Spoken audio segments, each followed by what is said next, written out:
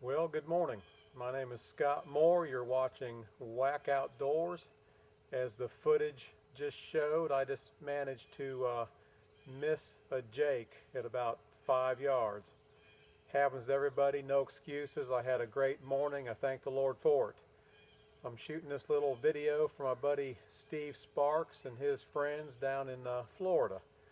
A couple weeks ago, I went to Ocala, Florida to the Traditional Bow Hunters of Florida State Shoot, and I met up with a group of good Christian men down there.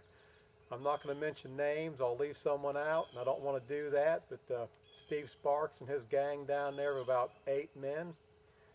We spent a good weekend shooting our bows down there. I've developed a close relationship with all those men, and I was talking to Steve and mentioned to him that I'm shooting my longbow out of a pop-up blind turkey hunting.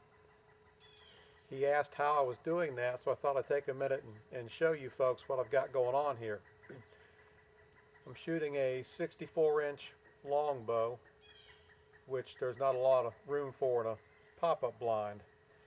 I'm using a Primos Ground Max. They make two sizes. They have a 60-inch and a 72-inch size. This is the 72-inch size. To get the room inside to shoot a longbow, you need to be, for lack of a better word, catty-cornered in the blind, and the ports and shooting windows in this blind doesn't really lend for doing that. Even the ones that have the screened-in window that you can shoot around that goes 360 degrees, you still really need to, at least to me, shoot into the corner of the blind to really have the most room for your bow and your arrows. And even with the wraparound screen and shooting through the screen, you don't really want to shoot through the screen at an angle. You want to shoot through the screen as dead on as you can. So what I have here is, in all these blinds, you have what would be considered the back of the blind that you zip open and get into and zip back shut. And what I do is I leave that zipped open. When I stake it down, it's pulled apart.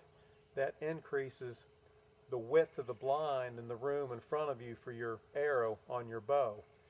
And also, because I'm trying to film, I set my tripod in here, and the one leg of my tripod extends out beyond the blind. I built this panel that I cover the hole with. This material can be bought at any big box store that carries sporting goods supplies. I have two layers. The outer layer is this die-cut material that we're all familiar with. The inner layer is just camo screen. I put the two together so there's absolutely no way for the animals to see in through it.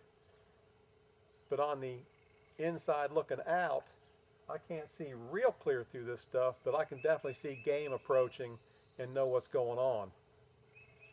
I have a window here that I made to shoot my bow out of, and I have a hole directly under it that the lens of the camera goes into.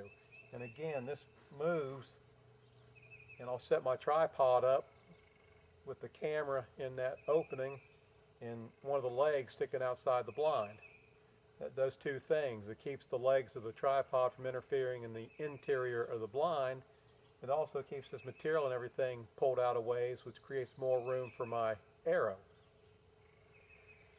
When you have an arrow on the bow inside that blind, even backed up against the back corner, you got quite a bit of area out in front of you where your broadhead is going to snag on your netting and everything else.